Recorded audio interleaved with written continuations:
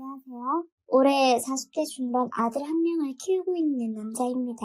작년 초부터 부부의 세계가 유행이었잖아요. 현실성 없는 드라마라고 욕하시는 분들도 많았지만 드라마보다 더 심한 일은 현실에서 일어날 수 있습니다. 저에게도 그 드라마보다 심한 일이 일어났었고요. 너무 억울하고 힘들었어서 여기에라도 풀어볼게요. 이야기를 나눠드리기 위해 열심히 한번 적어보겠습니다. 일단 아내와 저의 첫 만남부터 알려드릴게요. 그 당시 저는 작은 동네 동사무소에서 일을 하고 있었습니다.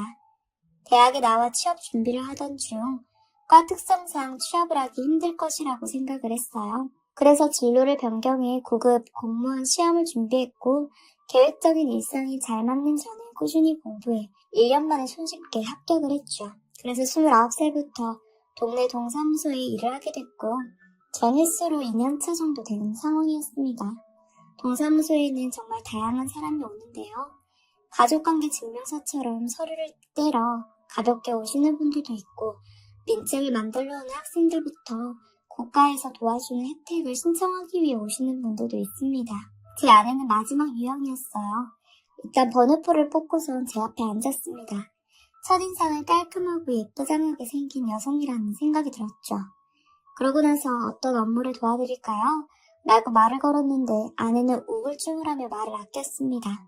전 더 친절한 목소리로 2번 정도 물어보았고 아내는 힘들게 운을 떼었죠. 지금 거동이 불편하신 할머니와 같이 살고 있는데 빚이 있어서 요양원에 넣어드릴 만한 돈이 없고 본인은 하루 종일 일을 하다 집에 들어오는 상황이라 돌봐드릴 수가 없다고 했습니다. 너무 힘든 상황이고 어디에 도움을 청할 곳도 없어서 어떻게 혜택받을 만한 제도가 있을까 싶어 왔다고 하더군요. 그때 아내의 나이가 25살이었는데 아내보다 돈도 나이도 많은 사람들도 쉽게 조부모님을 모실 생각은 감히 못했을 거예요. 어떤 사람이 거동도 불편하신 조부모님을 일까지 다니며 빚 갚으며 돌보겠어요. 전 어떻게든 도와주고 싶다는 생각을 했습니다. 이리저리 찾아보고 수소문을 해보자 손녀는 부양 의무자가 아니라는 것을 알게 되었습니다. 아내의 어머니 아버지는 일찍이 돌아가셨고 어렸을 때부터 할머니가 힘들게 아내를 키우셨다고 해요. 그러다가 몸을 못 쓰게 되셨고 많이 쇠약해지셨다고 합니다. 어머니 아버지는 돌아가시기 전에 사치를 잔뜩 남기셨고요. 일단 부모님도 안 계시고 할머니한테 다른 자식도 없는 상황이며 손녀는 부양 의무자가 아니기 때문에 돈을 안 내고 요양원에 들어갈 수 있는 상황이었습니다. 일단 할머니와 주소지가 같아 소득이 잡히기 때문에 혜택을 못 받는다라는 걸 알게 되어 주소지 분리부터 도와줬습니다. 그리고 어디로 가서 어떻게 해야 장기 요양 등급을 신청할 수 있는지도 꼼꼼히 알려주었어요. 아내는 정말 고마워하며 약간의 눈물을 글썽이곤 집으로 갔습니다. 사실 그 이후에 아내 생각이 많이 났어요. 외모가 제 스타일인 것도 있었지만 그 예쁜 마음 씀씀이와 처한 상황을 보니까 제가 더 돌봐주고 싶다는 보호 본능도 있었던 것 같아요. 혹시 더 도와줄 거 있으면 연락하라는 식으로 연락처를 줄까 싶은 고민도 했었습니다.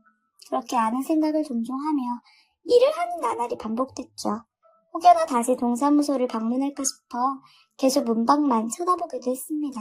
그러다 어느 날 아내가 커피와 빵집에서 산 듯한 비닐봉지를 들고 들어오더라고요. 저는 너무나 반가워 깜짝 놀랐지만 티를 낼 수가 없어 약간 엉거주춤한 자세로 일어났다 앉아섰습니다. 아내는 활짝 웃으며 제 자리로 왔어요. 그리고 그 커피와 빵을 저에게 건넸습니다. 본인이 굉장히 좋아하는 빵인데 제 생각이 나서 샀다고 말하더군요. 저는 쑥스럽게 웃으면서 제 생각이 났다고요? 하며 말을 더듬거렸습니다. 지금 생각해봐도 정말 쑥맥이었네요. 아내는 별일 아닌 것처럼 더 활짝 웃으며 저번에 도와주셨잖아요. 너무 감사해서 맛있는 거 사들고 왔어요. 라고 말했습니다. 전 그제서야 내 생각을 한 게 내가 도와준 게 고마워서 오셨구나 라는 걸 알게 되고 약간 부끄러웠어요. 처음에는 되게 호감이 있으신 건 아닌가 생각했거든요. 지금 생각해보니 무슨 자신감이었는지는 모르겠네요. 그렇게 빵과 커피를 주며 아내는 직원분들과 나눠 마시라고 말했습니다. 덕분에 일이 잘 풀렸다면서 말이에요. 전 웃으며 받아들였고 용기 있게 번호를 달라고 말했어요.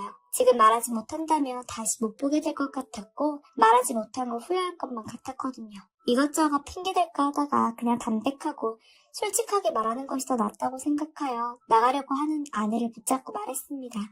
사실 저번에 봤을 때 너무 마음에 들어서 그러는데 번호 좀 줄 수 있냐고 말이에요. 아내는 좀 우물쭈물하다가 번호를 주고선 갔습니다. 왜 우물쭈물했는지 걱정이 되었지만 일단 번호를 받는 것에 성공했기에 기분은 너무나 좋았어요. 그렇게 연락을 오가다가 아내 쪽에서 먼저 함께 밥을 먹자고 연락이 오더군요. 저희는 같이 식사를 하며 조금씩 술도 기울였고 지난 인생에 대한 이야기를 나눴습니다.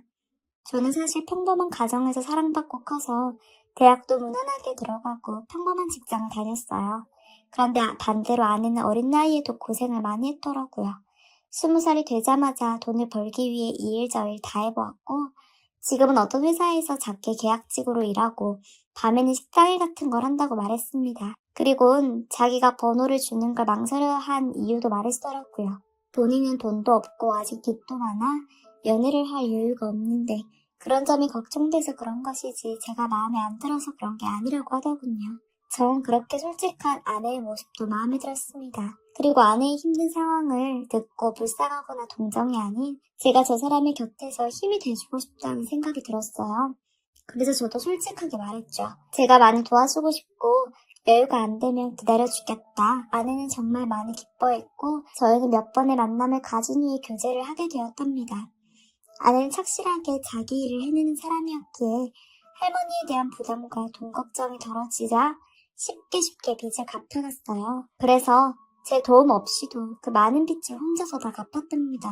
제가 도와주고 싶었지만 자기 부모님의 잘못을 다른 사람에게 떠넘기기 싫다며 끝까지 자기 힘으로 해나간 사람이에요. 마인드가 참 멋있었고 저도 본받고 싶다는 생각을 하게 만든 사람이었죠. 빚을 다 갚은 시점으로 전 프로포즈를 했습니다. 너에게 좋은 가족이 되어주겠다. 아이를 낳고 우리 행복한 가정을 만들어보자. 너의 책임감을 높게 산다고 말이에요. 아내는 기뻐하며 허락했고 저희는 이듬해 가을에 결혼을 했습니다. 이후에 아들을 한 명을 낳고 전 일도 열심히 해 승진도 했고요. 아내는 작은 중소기업에서 계약직을 하다가 꾸준히 노력하는 모습을 인정받아 정규직으로 전환도 됐습니다. 정말 행복한 일들만 가득했어요. 저희 부모님들도 제 아내의 인생 스토리를 들으시고는 젊은 여자가 하기 힘들었을 텐데 대단하다고 칭찬하셨습니다. 아들도 바르게 키워내고 있었고요. 문제는 이 이후에 발생했습니다. 결혼 10년 차가 되었고 아들은 벌써 초등학교 1학년이 된 8살이었어요. 아내에게 고마운 점도 많았고 저희들의 인연이 참 소중하다는 생각이 들어 결혼 기념 10주년 차를 맞아 서프라이즈를 준비했습니다. 아내에게는 휴가 낸 걸 비밀로 하고 출근을 한 적 했죠. 그리고 케이크와 예쁜 귀걸이, 꽃다발을 아침부터 돌아다니며 산 후 집으로 돌아왔어요. 그리고 아내를 속이고 집에 일찍 오게 만들기 위해 아들에게 문제가 생겼다고 학교에서 전화가 왔으니 오늘은 점심시간까지만 일하고 퇴근을 할 수 있겠냐고 말하려 했죠. 근데 전화를 안 받더군요. 바빠서 그렇다는 생각이 들어 일단 집에 선물들을 갖다 놓고 전화를 받으면 회사로 데리러 가야겠다고 생각했습니다. 그래서 집에 딱 들어갔는데 아내의 신발이 현관에 있는 겁니다. 아내가 출근을 안 한 거죠. 그때부터 뭔가 이상한 촉이 들더라고요. 왜냐하면 그 신발 옆에 못 보던 남자의 신발이 같이 놓여져 있었거든요. 전 온몸에 힘이 빠지면서 발걸음이 안 움직여졌습니다. 뭔 일이 일어나고 있을지 다 알 것 같아서 확인하지 못하는 그 기분 아시나요? 보지 않아도 알 것 같은 상황이지만 저는 애써 확인하고 싶지 않았어요. 마음 같아서는 제 눈으로 현실을 보고 싶지 않고 회피하고 싶었습니다. 손과 어깨가 심하게 떨리는 게 느껴졌어요. 신발을 간신히 벗고 조용히 방 앞으로 가봤는데 여러분과 제가 예측하던 대로가 맞습니다. 저는 주저앉아서 다 죽여버리고 싶을 정도로 화가 머리 끝까지 나더라고요. 그러곤 상대와 아내가 어디 있는지 확인을 해보려 집을 돌아다녔어요. 그들은 화장실도 아닌, 방도 아닌 베란다에 있었고 둘은 너무 집중하고 있던 탓에 베란다 문 밖에 제가 서 있는지도 모르더라고요.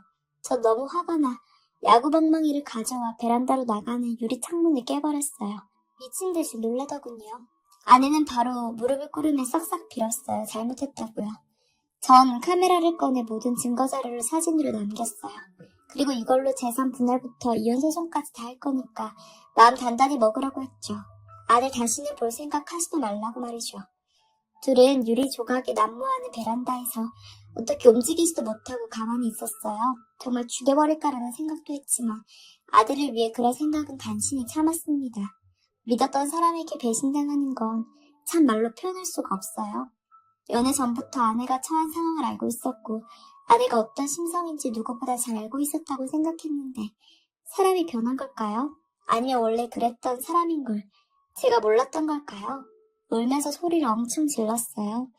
어떻게 당신이 그럴 수 있냐? 오늘이 결혼 기념일인 건 기억하느냐?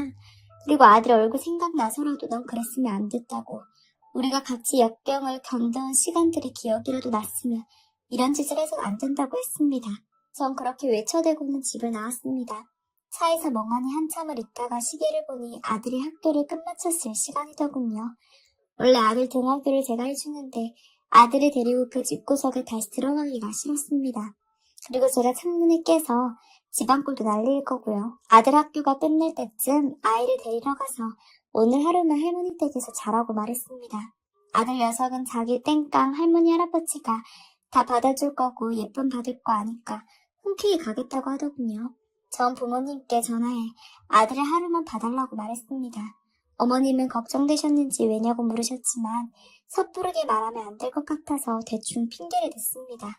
그렇게 아들을 본가에 맡긴 후 저는 집으로 향했습니다. 마무리를 해야 했으니까요.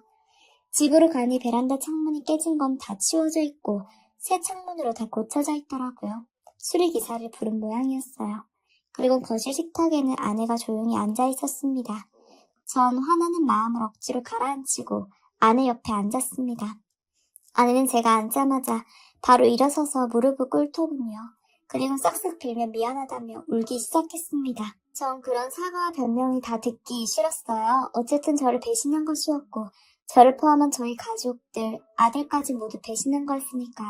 너무나 미웠지만 저도 살아온 세월이 있는지라 그 모습을 모질게 끊어내지 못하겠더라고요. 결국 그 바람 상대가 누구며 왜 피게 됐는지 구구절절 들어보기도 했죠.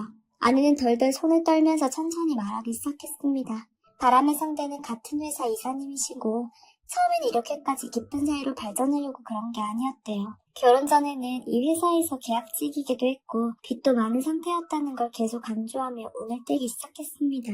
그 당시 이사님이 아내의 이런 사정을 어쩌다 알게 됐는데 한 달에 얼마씩 돈을 주기도 했답니다. 아내는 당연히 거절하였지만 저 얼른 결혼도 하고 싶었고 지긋지긋한 빚더미에서 얼른 벗어나고 싶었대요. 제가 도와준다고 그 당시에 말하긴 했었어도 제 월급 사정을 잘 알고 있었기에 쉽사리 도와달라 하지 못했고요. 그래서 처음엔 한 달만 해야지, 두 달만 해야지, 계약기간 끝나서 회사 나갈 때까지만 하자 하면서 계속 해왔답니다. 이사님은 제 아내에게 선물도 많이 주고 애정 공세를 어느 순간부터 하더래요. 아내는 계약직을 끝내고 얼른 정규 사원이 되고 싶기도 했고 그런 선물이 나쁘지도 않았으며 가장 중요한 것은 빚을 갚을 수 있었기에 계속 관계를 유지했다고 하더군요.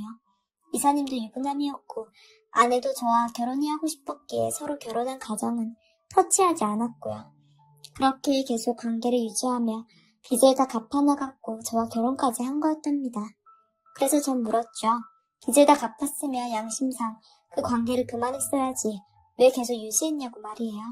아내는 멈춰야지 했지만 결국 정이 들고 사랑의 감정을 느꼈다고 하네요. 저와 그 이사님 둘 다 사랑한 거죠. 그렇게 두 집 살림을 해온 거였습니다. 그 이사님도 아내가 좋아서 자기 가정을 지키며 바람을 핀 거고요.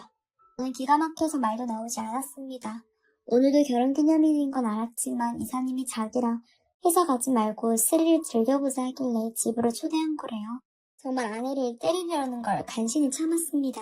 저도 제 안에 이렇게 폭력성이 잠재하고 있던 걸 몰랐는데 이렇게 알게 되었네요. 참 어떻게 연애할 때부터 결혼한 10년 동안까지 그렇게 바람을 피고 있을 수가 있죠? 그때부터 정말 마음 독하게 먹었습니다. 이혼 깔끔하게 하고 아들 데려오자.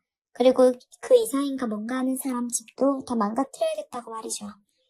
아내는 저에게 이제 다 정리하고 새 사람 되겠다며 절 붙잡았지만 10년 동안 소중한 가족을 등쳐먹을 수 있는 사람이라며 가망이 없다고 느꼈어요. 그야말로 전 사기 결혼을 당한 거였죠. 결혼을 한 이후부터도 아니고 연애 때부터 걸쳐온 바람을 아들이 태어나고 커갈 때까지 속고 있었으니까요. 만약 제가 집에 들리지 않아 이 장면을 보지 못했다면 아내는 저를 언제까지 속였을지, 어쩌면 제가 죽기 전까지 알지 못했을 수도 있었겠네요. 아들에게 어떻게 설명해야 될지도 막막했습니다. 저희 부부는 애 앞에서 한 번도 싸워본 적도 없는 사이였거든요. 순간 아들을 생각하니 그냥 내가 참고 이혼하지 말까도 고민했습니다. 하지만 저런 여자 밑에서 애를 키우는 건 더더욱 아이의 정서에 좋지 않을 것이고, 자기 엄마가 그런 사람이었다는 걸 알게 되면 아이의 충격도 만만치 않을 것 같았죠. 이번 일로 영원히 비밀은 없다는 걸 느꼈습니다.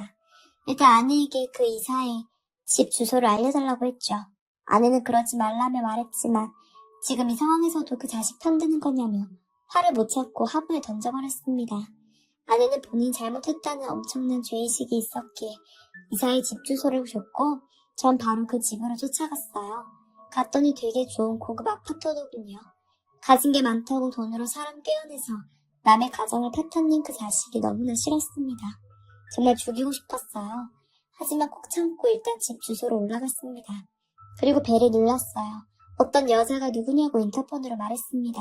전 그 이사의 와이프라는 걸 알았고, 저는 행복 컴퍼니에 다니고 있는 김미영 과장 남편입니다. 이사님 뵈러 왔습니다. 늦은 시간에도 불구하고 죄송합니다. 라고 했어요. 인터폰으로 뒤에서 후다닥 누가 나오는 소리가 들리더니 지금 늦은 시간이니 돌아가라고 그 이사가 말하더군요. 내일 자기랑 따로 이야기하자고 미안하다고 말하면서요. 어떻게든 자기 아내에게 안 들킬 속셈이었습니다. 전 또 화가 나서 지금 안 들여보내주면 내일 회사에서 당신 망신당할 테니까 얼른 문 여세요. 라고 말했어요. 문이 열렸고 전 들어갔습니다. 이사의 아내는 벙쪄있는 상태였습니다. 내일 회사에서 망신이니 뭐니 회사 직원 가족이 와서 짓거리니 놀랐겠죠. 전 들어가서 식탁에 딱 앉았습니다. 갔더니 중고등학생 되어 보이는 아들 둘도 있더군요. 전 모두에게 이리 와보라고 했습니다. 아들부터 아내까지 모두 다요. 그랬더니 이사는 제 팔을 끌어 잡아당기면서 일단 방에서 저희 둘이 말씀하시죠. 하며 약간 울먹거리더군요. 불륜을 저지른 건 자기면서 가족에게 들키긴 싫어 정정 긍긍하는 모습이 어이가 없고, 그 꼴도 같잖아. 바로 휴대전화를 꺼내서 아까 낮에 찍었던 사진을 보여줬습니다. 아들들은 충격에 빠져 손에 들고 있던 물컵을 그냥 던졌고, 이사의 아내는 주저앉으면서 이럴 줄 알았다고 막 소리를 지르더군요. 전 딱 한마디 하고 나왔습니다. 당신이 우리 집안 파토 냈으니까 당신도 파탕 나야지. 가정이 박살나는 그 서러움 당신도 똑같이 느껴봐. 세상에 비밀이 어딨어? 언제까지 그렇게 살 수 있을 줄 알았어? 내일 회사에서 보자. 그 이사는 눈물을 흘리며 아내와 아이들에게 그런 게 아니라고 싹싹 빌더군요. 전 그 모습을 뒤로하고 그냥 나왔습니다. 다음날 회사에서도 깽판 쳐야 했으니까요. 어차피 제 직장이 동사무소였기에 다음날 아침에 잠깐 들려 이혼 서류를 챙겨왔고요. 그 길로 아내의 직장 쪽으로 향했습니다. 가서 직원들 다 있는 곳에서 어제 찍은 그 사진을 보이며 이사를 마구 때렸죠. 솔직히 말해 조금 치사한 방식인 건 압니다만 그런 걸 생각할 이성도 없었고 너무도 화가 나서 둘을 회사와 가정에서 다 몰아내고 싶은 마음뿐이었어요. 그렇게 회사 사람들 앞에서 둘에게 면박을 준 후 전 아내 팔을 붙들고 밖으로 나왔습니다. 아내는 꼭 그렇게까지 했어야 했냐면서 저에게 적반하장으로 회를 하더군요. 전 당신이 자초한 일이라고 말한 후 이혼 서류를 건넸어요. 아내는 이제 자기에게 가족은 당신과 아들 시댁밖에 없다면서 한 번만 봐달라고 했죠. 염치도 없는 인간이라고 욕한 후 그냥 뒤돌아왔습니다. 그 뒤로 이혼했고요. 그 이사는 쪽팔렸는지 다른 데로 회사를 옮겼다고 하네요. 아내도 물론 그만뒀고요. 전 아들과 둘이 지내며 잘 살고 있습니다. 그리고 저는 승진해서 다른 업무도 하고 있어요. 솔직히 과거의 상처가 다 아물었다고 하면 거짓말이겠죠. 그래도 용기 내서 살아가 보려고 합니다. 이것저것 말하다 보니 장황한 얘기가 됐는데 재밌었을지 모르겠네요. 지금까지 제 얘기 들어주셔서 감사하고 앞으로도 방송 열심히 듣겠습니다. 다들 행복한 인생 사시길 빌게요. 우리 모두들 힘든 일 있어도 잘 극복해서 살아봅시다.